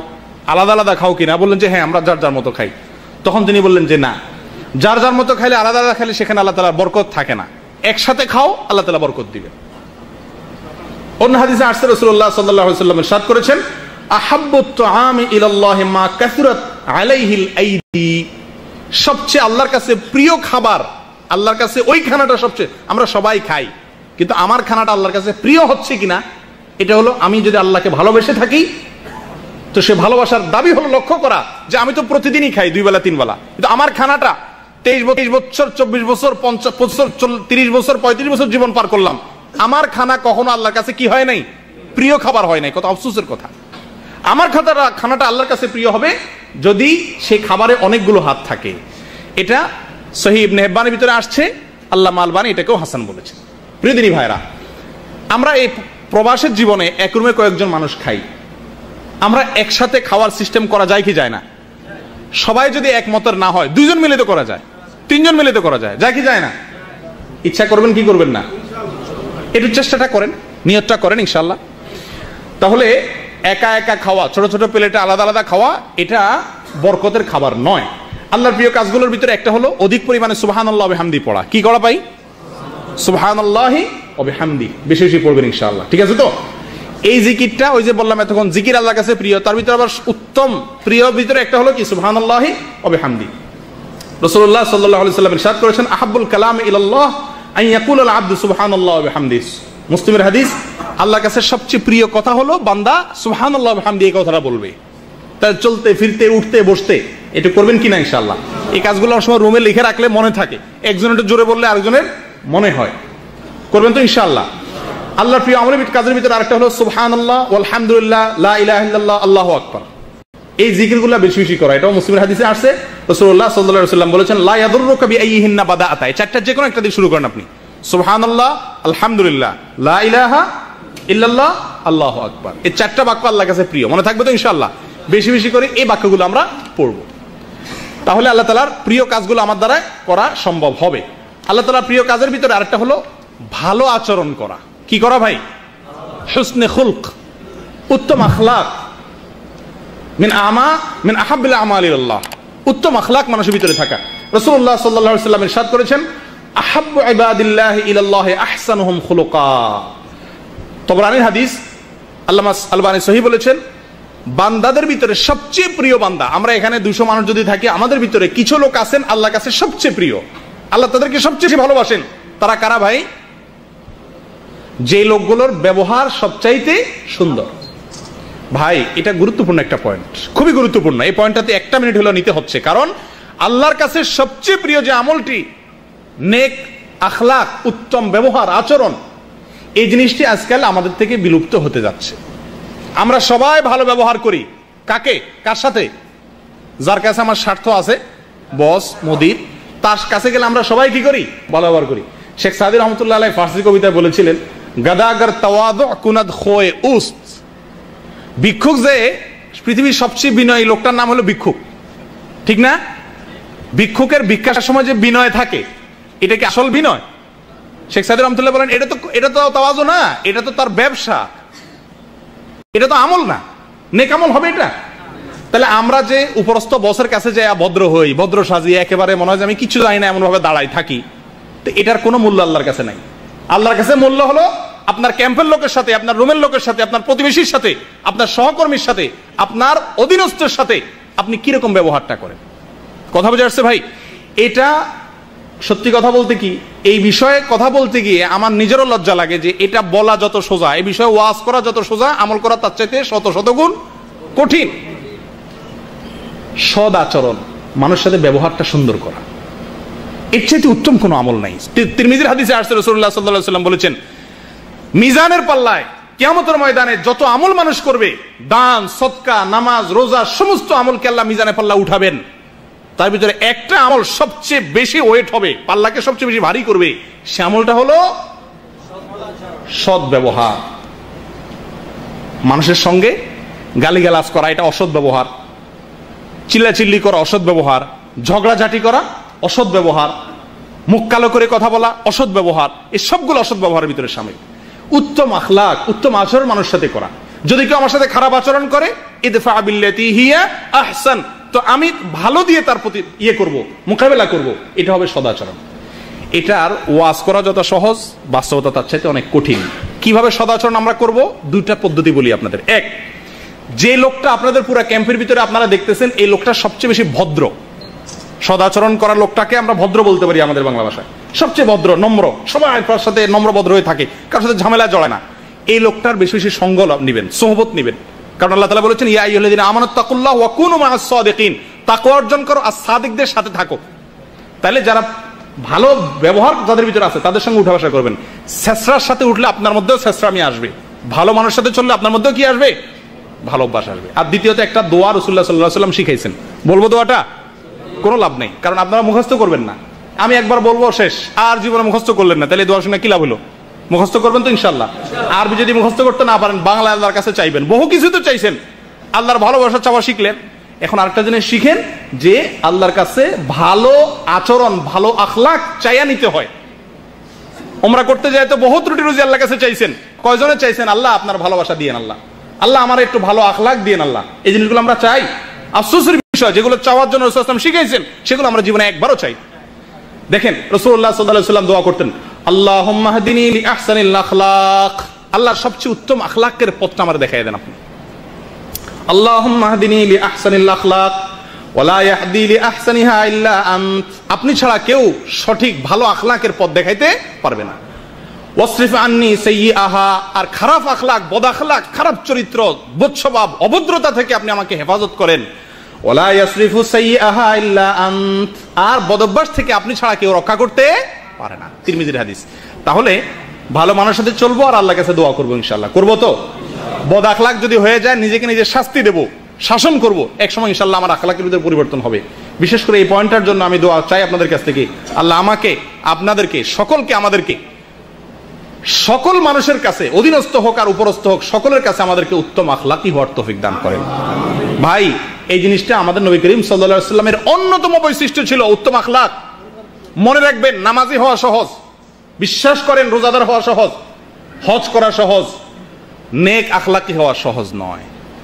বদ আখলাকি একজন মানুষ নিজেকে নেক আখলাকি বানানো, এটা অনেক কঠিন কাজ। করবেন তো ইনশাআল্লাহ? আমরা চারিত্রিক সনদপত্র নেই আমাদের দেশে মেম্বার, চেয়ারম্যান, কমিশনারের কাছ থেকে, না? চারিত্রিক সনদপত্র দেন, আপনারা বিদেশে আসতে লাগে না পাসপোর্ট বানাইতে, চারিত্রিক সনদপত্র দেয়। চেয়ারম্যান সাহেব, মেম্বার সাহেব আমার চরিত্রের কি জানবে? উনি চরিত্রের সনদপত্র দিচ্ছে। আরে রাসূলুল্লাহ সাল্লাল্লাহু আলাইহি ওয়াসাল্লাম বলেছেন, ওয়া আকরামুকুম আকরামুকুম ইলা আহলিহি, যে ব্যক্তি তার পরিবারের লোকের কাছে সবচেয়ে ভদ্র, সেই সবচেয়ে বেশি ভদ্র, সে আসল ভদ্র। চারিত্রিক সনদপত্র নেওয়ার যদি কোনো নিয়ম থাকতো তাহলে উচিত ছিল বউয়ের কাছ থেকে আগে নেওয়া, কারণ আমার ব্যবহার কত ফেরেশতার মতো এটা দুনিয়ার সবচেয়ে বেশি জানে কে? ম্যাডামে। বুঝেন নাই? বাহিরে তো অনেক মিষ্টি মিষ্টি হাসি মানুষের সামনে দেন, বইয়ের সামনে যাই আপনার আসল রূপটা প্রকাশ পায়। ভাই বোন ছোট তাদের সাথে প্রকাশ পায়, পরিবারের লোকদের সাথে প্রকাশ পায়, রুমের লোকদের কাছে প্রকাশ পায়। যারা তাদের রুমের লোকদের কাছে, যাদের মধ্যে বসবাস করে, তাদের কাছে যারা ভদ্র, তারাই হলো কি? আসল ভদ্র। আল্লাহ তাআলা আমাদের সকলকে আসল ভদ্র হওয়ার তৌফিক দান করেন। প্রিয় দিনী ভাইরা, আল্লাহ তাআলা প্রিয় কাজের মধ্যে থেকে একটা হলো জনকল্যাণমুখী হওয়া, মানুষ উপকারে আসে এরকম কাজ করা।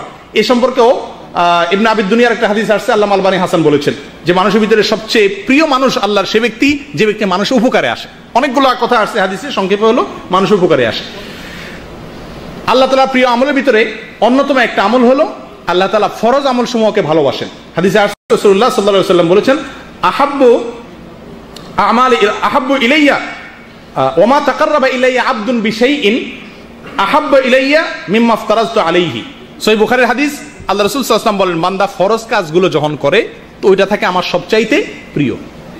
ফরজ কাজগুলো হলো আমার সবচাইতে প্রিয়। আমরা অনেকে অনেক নফল কাজ করি, ফরজে গাফলতি আছে, পাঁচ ওয়াক্ত সালাতে গাফলতি আছে, কিন্তু অনেক ভালো কাজ করি, আছে না এরকম? মনে রাখবেন, সবচেয়ে গুরুত্বপূর্ণ হলো আমার কাছে পাঁচ ওয়াক্ত সালাত, এর চেয়ে গুরুত্বপূর্ণ কোনো আমল নাই। এই জন্য ফরজ কাজগুলোর দিকে বিশেষ ইহতিমাম করা। আর আল্লাহ তাআলার ভালোবাসা বা পছন্দের তালিকার ভিতরে আরো অনেকগুলো পয়েন্ট আছে, আমরা সংক্ষেপে বলে যাই শুধু। আল্লাহ তাআলা হাদিসের ভিতরে আসছে, রাসূলুল্লাহ সাল্লাল্লাহু আলাইহি ওয়াসাল্লাম বলেছেন, ইন্নাল্লাহা ইউহিব্বুল আবদাত তাকিয়াল গানিয়াল খাফি। আল্লাহ তাআলা ওই বান্দাকে পছন্দ করেন যার ভিতরে তিনটা গুণ আছে। এক হলো তাকি, অর্থাৎ মুত্তাকি, এতক্ষণ যেটা বুঝলাম, আল্লাহর ভয়ে হারাম কাজের ধারে কাছে যায় না, ভালো কাজ করে। দুই নম্বর হলো গনি, গনি মানে কি? ধনী। ধনী ধনী বলতে মালদার না, এটা সেই ধনী না। হাদিসে আসছে আল গিনা গিনান নফস, যার মনটা কি? বড়। কেউ কিছু বললেই একেবারে ফেটে পড়ে রাগ হয়ে যায় না, মনটা অনেক বড়, মাফ করে দেয়। বুঝেন নাই? এই মানসিকতা যার ভিতরে আছে। আল খাফি, যে ব্যক্তি কাজ করে ইখলাসের সাথে, নিজেকে প্রকাশ করতে চায় না, এই লোকগুলো আল্লাহর কাছে প্রিয়। অন্য একটা হাদিস আসছে মুসনাদ আহমদের ভিতরে, আল্লাহ তাআলার কাছে প্রিয় কি? ইউহিব্বুল্লাহুর রাজুল ইন্নাল্লাহা ইউহিব্বুস সামহাল বাই সামহাশ শিরা সামহাল কাদা। তিরমিজির হাদিস। অর্থাৎ রাসূলুল্লাহ সাল্লাল্লাহু আলাইহি ওয়াসাল্লাম ইরশাদ করেছেন, বান্দা যখন বেচা কিনা করে, যখন কেনা করে, বেচে, নয় কিনে, নয় বিচার, এই তিনও কাজে ক্ষমার দৃষ্টিতে দেখে। এটাও আমাদের জীবন ঘনিষ্ঠ একটা বিষয়। আপনি যখন কিছু বেচতে যাবেন তখন একটু কাটছাট করে দেওয়া মূল্যের ভিতরে, যখন কিনতে যাবেন তখন ওই ছোট লোকই না করা, চেরা না আটানোর জন্য। রিকশাওয়ালার থেকে 1 টাকা 5 টাকা বেশি পাওনা আছেন, ছেড়ে দিলেন, এই বান্দাকে আল্লাহ ভালোবাসেন। একেবারে না আমার পাই চাই, এটাকে আল্লাহ পছন্দ করেন না। আর বিচারের ক্ষেত্রেও ছাড় দেওয়ার মানসিকতা যার আছে তাকে আল্লাহ পছন্দ করেন। ভাই, এটা সবচেয়ে গুরুত্বপূর্ণ পয়েন্ট। আমাদের মধ্যে ঝগড়াঝাটি টুকটাক চলতে গেলে একসাথে লাগে কি লাগে না? সবার সাথে সবাই লাগে, মানুষ সবাই লাগবেই। এই ঝগড়াঝাটি লাগবে সবার ভিতরেই, কিন্তু তাদের ভিতরে উত্তম হলো ওই ব্যক্তি যে লোকটার ছাড় দেওয়ার মানসিকতা আছে। ছাড় কি? ভাই, গালি তো সে আগে দিছে, আচ্ছা ঠিক আছে আমি মাফ করে দিলাম। ভাই, এই লোকটা সবচেয়ে আল্লাহর কাছে প্রিয়। স্পেশালি আরেকটা পয়েন্ট হলো আল্লাহ তাআলার কাছে প্রিয় হলো ক্ষমাশীলতা। কোনটা প্রিয়? ক্ষমাশীলতা। যে মানুষকে ক্ষমা করতে জানে, তাকে আল্লাহ তাআলা কি করেন? ভালোবাসেন। আল্লাহুম্মা ইন্নাকা আফুউন তুহিব্বুল আফওয়া, একটা দোয়া আছে না সবে কদরে পড়ার দোয়া, আল্লাহ আপনি ক্ষমাশীল আর ক্ষমাকে আপনি কি করেন? ভালোবাসেন। যারা ক্ষমা করে তাদেরকে আল্লাহ তাআলা ভালোবাসেন। কোরআনে কারীমে আল্লাহ তাআলা নেককারদের গুনাহগান বলতে গিয়ে আল্লাহ বলেন ওয়া ইযা মা গাদিবু হুম ইয়াগফিরুন, তারা যখন রাগ আসে তখন ক্ষমা করে। রাগ আসলে আমাদের বেশিরভাগ মানুষ আমরা বলি, একটা কমন ডায়ালগ আছে আমাদের সবাই, সেটা কি? আমার মাথা ঠিক থাকে না। জি, মাথা ঠিক থাকে না, এই টাইপের পাবলিক দুনিয়াতে বহুত আছে। ওই পাবলিকে আল্লাহর প্রিয় যার মাথাটা কি থাকে? ঠিক থাকে। মনে রাখেন, এই যুগে মুসা আলাইহিস সালামের মতো মেজাজের লোকের অভাব নাই। ওইরকম সবাই মানে দাবি করে যে আমি মুসা আসলামের মতো। অন্যায় দেখলে আমার মাথা কি থাকে না? ঠিক থাকে না। উনি নিজে কিন্তু গুনাহের কাজ করেন ঠান্ডা মাথায়, আরেকজন অন্যায় দেখলে কি থাকে না? আর মাথা ঠিক থাকে না। এগুলো সব শয়তান এই সমস্ত বুদ্ধি দেয়। মনে রাখতে হবে, রাগ হলে যে কোনো রাগের মুহূর্তে কি করতে হবে? ঠান্ডা থাকতে হবে। আল্লাহ তাআলা বলেন ওয়াল কাযিমিনাল গায়যা ওয়াল আফিনা আনিন নাস আল্লাহু ইউহিব্বুল মুহসিনিন, যারা নিজেদের রাগকে সংবরণ করে এবং মানুষকে ক্ষমা করে আল্লাহ তাদেরকে ভালোবাসেন। আবু বকর রাদিয়াল্লাহু তাআলা আনহুর মেয়ে রাসূলুল্লাহ সাল্লাল্লাহু আলাইহি ওয়াসাল্লামের স্ত্রী আয়েশা রাদিয়াল্লাহু তাআলা আনহা সম্পর্কে আপনারা সবাই জানেন, একবার মুনাফিকরা একটা দুর্নাম ছড়ায় দিয়েছিল, জানেন তো? সূরা নূরে বিস্তারিত। আবু বকর রাদিয়াল্লাহু তাআলা আনহু তার নিকট আত্মীয় মিস্তাহ নামে একটা লোক, সেও ওই দুর্নামকারীদের দলে যোগ দিয়েছিল না বুঝে, কিন্তু মুসলমান ছিল খাঁটি। তাকে মাসিক একটা দান করত। আমরা অনেক সময় দেশে দিই না। উনি কসম খাইছেন যে আমি তোকে আর দান করবো না, কারণ আমার মেয়ের, আমার সারা জীবন তোরে দান করলাম আমি, আমার দান খাই আমার মেয়ের বিরুদ্ধে ষড়যন্ত্রে তুই যোগ দিলি। কসম খাইছেন। আর কি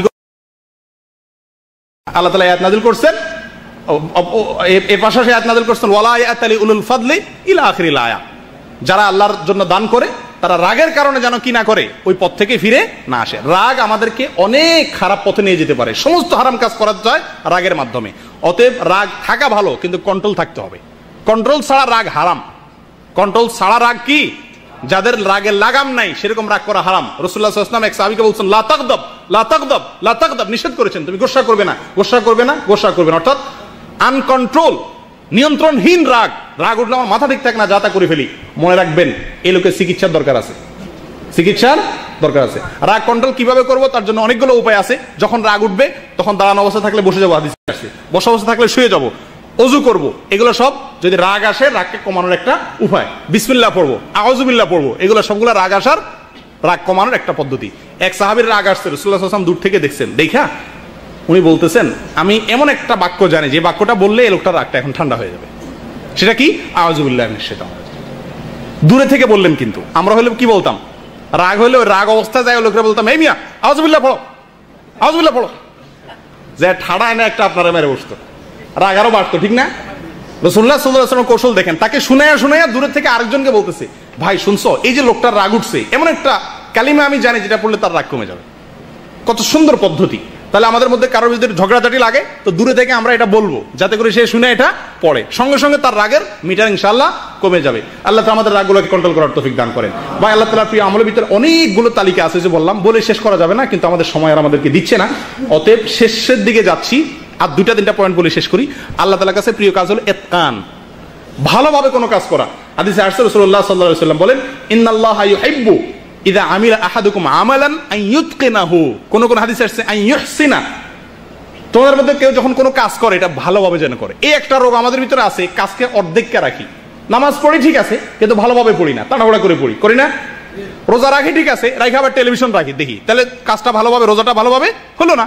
রোজা রাখি আবার গীবত করলাম, গুনাহের কাজ করলাম। আল্লাহ তাআলা পছন্দ হলো তুমি যেটুকু আমল করো ওইটুকু আমলকে কি করো? ভালোভাবে করো, সঠিকভাবে করো, মজবুত ভাবে করো। কারণ কোরআনে কারিমে আল্লাহ তাআলা বেশি আমল করতে বলেন নাই। ভাই কিয়ামতের ময়দানে আমাদের জিজ্ঞাসা করবে না কার আমল কত বেশি। আমাদের কাছে আল্লাহ তাআলা চান কত সুন্দর আমল হয়, যেটুকু করি ওটুকু কি হইতে হবে? ফ্রেশ হতে হবে। নামাজ পড়বো ধীরে ধীরে, রোজা রাখবো তো রোজা রেখে কোনো গুনাহের কাজ করবো না, মিথ্যা কথা বলবো না, ঝগড়াঝাটি করবো না, গীবত শিকায়ত করবো না, টেলিভিশন দেখবো না। আসতেছে রমজান মাস, নিয়ত করবেন তো ইনশাআল্লাহ, পাক্কা ইরাদা করবেন, যেটুকু করবো সেটুকু ভালোভাবে করবো। দেখেন ইসলাম সব জিনিসকে ভালোভাবে করতে বলে, এমনকি জবাই করার ক্ষেত্রে রাসূলুল্লাহ সাল্লাল্লাহু আলাইহি ওয়াসাল্লাম বলছেন ওয়া ইযা যাবাহতুম ফাআহসিনুজ যাবহাতা, জবাই করো সেটাকেও সুন্দরভাবে করো, যেন তেনভাবে করি না, যেটা তো পশু তো মারাই যাবে, ঠিক আছে, যেমনি সেমনি করি না। ধার দিয়ে নাও ছুরিকে, যাতে করে তার কষ্টটা কম হয়। তাহলে সব কাজে ইসলাম আমাদেরকে সুন্দর করে করতে বলে, ভালোভাবে করতে বলে। করবেন তো ইনশাআল্লাহ, যেটুকু করবেন ওইটুকু ফ্রেশ করে করবেন, আল্লাহ তাআলার কাছে এটা বেশি প্রিয় হবে। আল্লাহ তাআলার কাছে সর্বশেষ যে পয়েন্টটা বলে শেষ করব সেটা হলো দুটি ফোঁটা আল্লাহ তাআলার কাছে প্রিয়। দুটি ফোঁটা আল্লাহর কাছে প্রিয়। হাদিসে রাসূলুল্লাহ সাল্লাল্লাহু আলাইহি ওয়াসাল্লাম বলেছেন, লাইসা শাইউন আহাব্বু ইলাল্লাহ মিন কাতরাতাইন ওয়া আথরাইন, কাতরাতুম মিন দুমুইন ফি খাশিয়াতিল্লাহ ওয়া কাতরাতু দামিন তুহরাকু ফি সাবিলিল্লাহ। দুই ধরনের ফোঁটা মানুষের শরীর, এর পানি, যে চোখের পানি আল্লাহর ভয়ে মানুষের চোখ থেকে বেয়ে পড়ে, এটা আল্লাহর কাছে অনেক প্রিয়। ভাই আমাদের অন্তরগুলো পাথর হয়ে গেছে, আল্লাহর ভয় আমাদের চোখে পানি এখন আর আসে না, আমাদের আসা যাওয়া হয় না, উঠা বসা হয় না, ঈমান নবায়ন করা হয় না, যার কারণে আল্লাহর ভয়ে চোখের পানি কয়বার পড়ছে আমাদের জীবনে। ভাই বহু মানুষ আছি, আমরা বহু কপাল পড়া আছি জীবনে, আল্লাহর পাকড়াও, আল্লাহর আযাব, আল্লাহর গজবের ভয়ে চোখের পানি কখনো আসে নাই। মনে রাখবেন, চোখের পানি আসা এটা সৌভাগ্যের আলামত। হাদিসে আসছে, দুর্ভাগা, কপাল পোড়া, জাহান্নামী হওয়ার আলামতের মধ্যে থেকে একটা হলো চোখ শুকিয়ে যাওয়া, চোখে পানি না আসা। আল্লাহ আমাদের সকলের অন্তরগুলোকে নরম করে দেন। আল্লাহর ভয়ে যেন আমাদের চোখের পানি আসে, আমরা যেন আল্লাহর কাছে ক্ষমা চাই, আল্লাহর আযাবের ভয়ে যেন আমরা ভীত থাকি, এবং সেই ভয় আমাদেরকে অনেক দূর নিয়ে যাবে। প্রিয় দিনী ভাইরা, জীবনে বহু কাঁদা আমরা কেঁদেছি, বহু চোখের পানি আমরা সবাই ফেলেছি। আল্লাহর কসম, পরীক্ষা করে দেখেন, ইমাম আব্দুল্লাহ ইবনে মুবারক রাহমাতুল্লাহ আলাইহি বলেছিলেন, যেটার ফার্সিতে কবিতা আকারে একজন কবি বলেছিলেন, সালেহাতু সঙ্গে বুদি দিল খারাশ, আজ মুদে এক জামানা খাকে বাস। সারা জীবন তো পাথর হয়ে কাটালে গো, একটি মুহূর্ত জীবনের মাটি হয়ে দেখো কত মজা। বিশ্বাস করো, পাথর হয়ে কাটানোর মধ্যে মজা নাই, স্বাদ এবং সমস্ত মজা হলো মাটি হয়ে কাটানোর মধ্যে। শক্ত হয়ে থাকার মধ্যে মজা নাই, নরম হও, চোখের পানি ফেলো, আল্লাহর কাছে মাপ চাও।